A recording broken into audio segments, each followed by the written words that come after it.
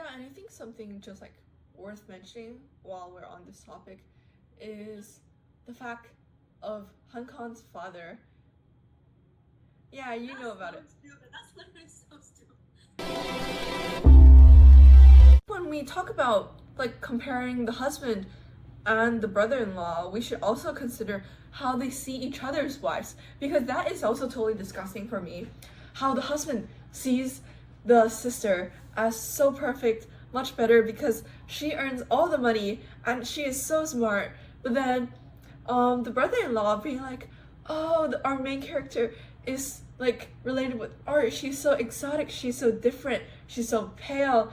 And they're actually both sexually attracted to each other's wives, which is disgusting and just shows like the unending greed of men. They feel like, oh, first of all, I own my wife, but then also this other woman is also great, and maybe like my wife is nice, but it would be nice if I also had sex with her sister.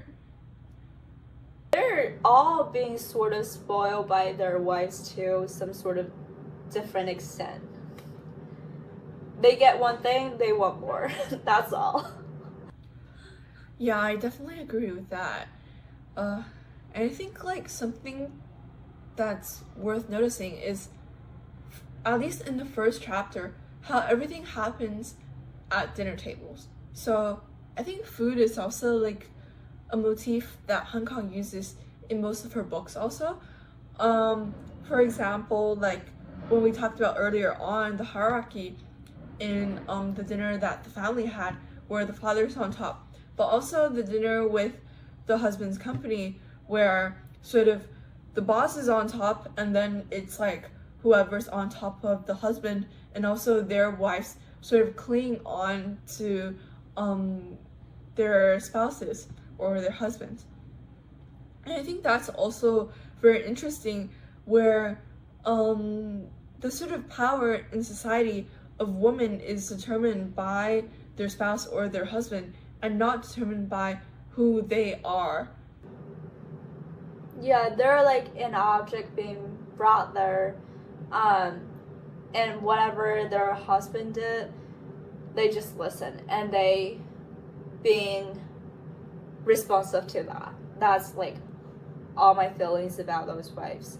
And obviously, at that sort of environment, our main character has become an abnormal one. Like, she's obviously not submissive to her own husband.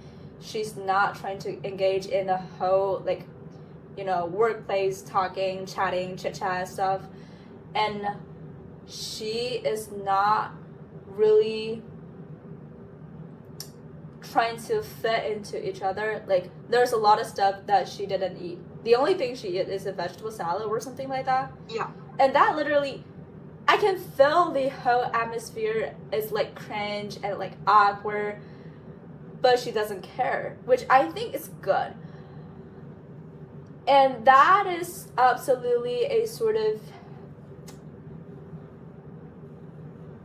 thing that done by her could be perceived as not like way beyond normality, in terms of conventional point of view about what a wife should be done. Yeah, I totally agree. And then also just that sense of, I guess, looked down because she was a vegetarian, and how like the other woman was sort of, I wouldn't say hating on her, but having opinions on her because of how her breast was showing. Like, they totally found that weird. So I think that's also something really interesting to think about, where the others rationalized her, helped her, or forcefully rationalized her decision as like a health problem. They're like, oh, it must be a health problem. They explained her every move without asking her, without her being in the conversation. And you can just see sort of, I think like it sort of tells that situation where in real life someone's life could just be determined by someone else, or be explained through someone else's mouth without themselves really saying anything for them. And that contributes to, I guess, the loss of voice where we talked about earlier. Right. Like, they're literally trying to rationalize everything. Like, also defining her choice of being a vegetarian as, like, fashion trend or something like that. They don't even take it seriously. I think that's really so humiliating. Yeah, I totally agree. And I think some of the comments that Han Kang's sort of making on these norms that I guess she also finds definitely very wrong, because you can see how brutal she, like, her use of word or her choice of description is when she is talking about these events, especially in like the dinner with the family, which was actually my favorite part of the story just because of how brutal it is. I think it really sort of undercovers that very strong sense of family dynamics in Asian households or in South Korean households. And I would say that also just like the sexual fantasies of any woman, even your wife's sister, is also like a commentary on the long-lasting sort of I guess sexualization of Korean women, where I'm not sure if you know about this, but there's always hidden cameras in toilets, and those like filmings are a very serious issue in Korea. So I think definitely those sort of sexual fantasies on these women are like a huge part due to the South Korean culture on how men treat women. Right. I think that also sort of reflected by the portrayal of the main character's dream. I think there's one description, like they're all like branches and there's raw meat, and she was eating the raw meat, and then she I think finds a way to somewhere where there's sunshine everywhere and people having picnic, like heaven, sort of being illuminated space, something like that. I feel that's more like is the main character's transition journey. Do you get what I mean? It's like the symbolic place into a different space, like a sunny picnic spot filled with people, sort of, in my understanding, kind of representing a place that is beyond the usual patriarchal system. It's like her transition from the dark, controlled environment to this seemingly positive space reflects her movements across all layers of the patriarchal influence, but yet she is covered in blood, which symbolizes her realization that she too is part of this system of violence. And she had that sort of horror at having eaten the meat represents her awareness that she remains complicit, trapped within the very structure she wishes to escape. And I feel like that's the moment of her breakdown, because she recognized that the harsh truth is like the woman, willing or not, are sacrificed in a patriarchal society.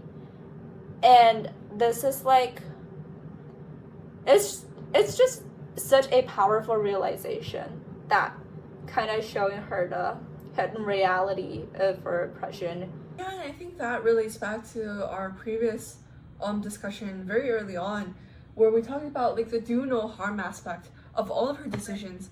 The breast showing, the becoming vegan, like the breast showing is even sort of like nurturing, I'd say. It's sort of evoking like that nurturing upbringing sense, where the becoming vegan is also like, oh, we shouldn't kill animals. It's more about animal rights. So all of her acts are based on the fact that she's not hurting anyone and she's really only controlling herself. If we would argue that someone's hurt, it's definitely only her with her moves, but there's such a big reaction from other people towards that just because she falls out of that normal social expectation.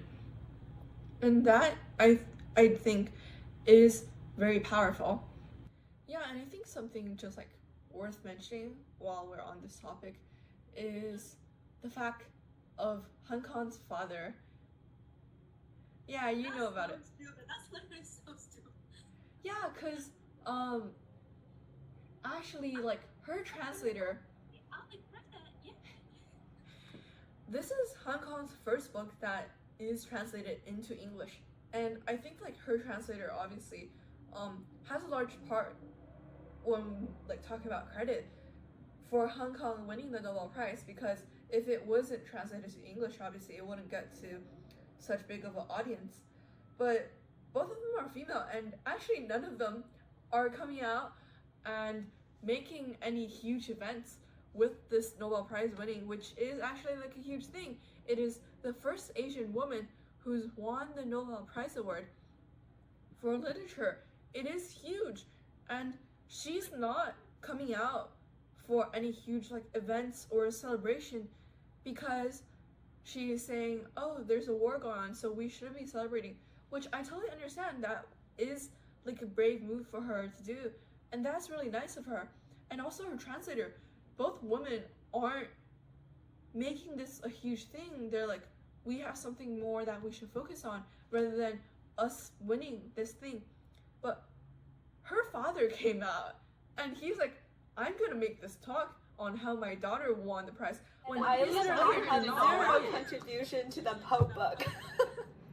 I think maybe his only contribution was that he terrified her and he showed her how like those family dynamics were. And I think definitely like this action showed how Han Kang in like the dinner with the family showed how the father was such like a forceful figure. I think he definitely played part into that. He definitely influenced it. That definitely goes for a reason. Yeah, I think it's just like so ridiculous about the man who is totally had nothing to do with the whole thing set out and saying, I'm gonna take the credit for my daughter because it's my daughter. It's my daughter. I honestly, I don't get it. I feel like it's such an awkward thing to do because you didn't do anything for the book. Not even advertising for it. Is the father sort of objectifying Han Kang then? Is he thinking that since I own this girl, since I own my daughter, then I also own credit for her work? So right. I think that ironically this sort of echoes with the theme of that book. Don't you think so? What being portrayed in the novel is actually being reflected in real life. That's too some extent pathetic.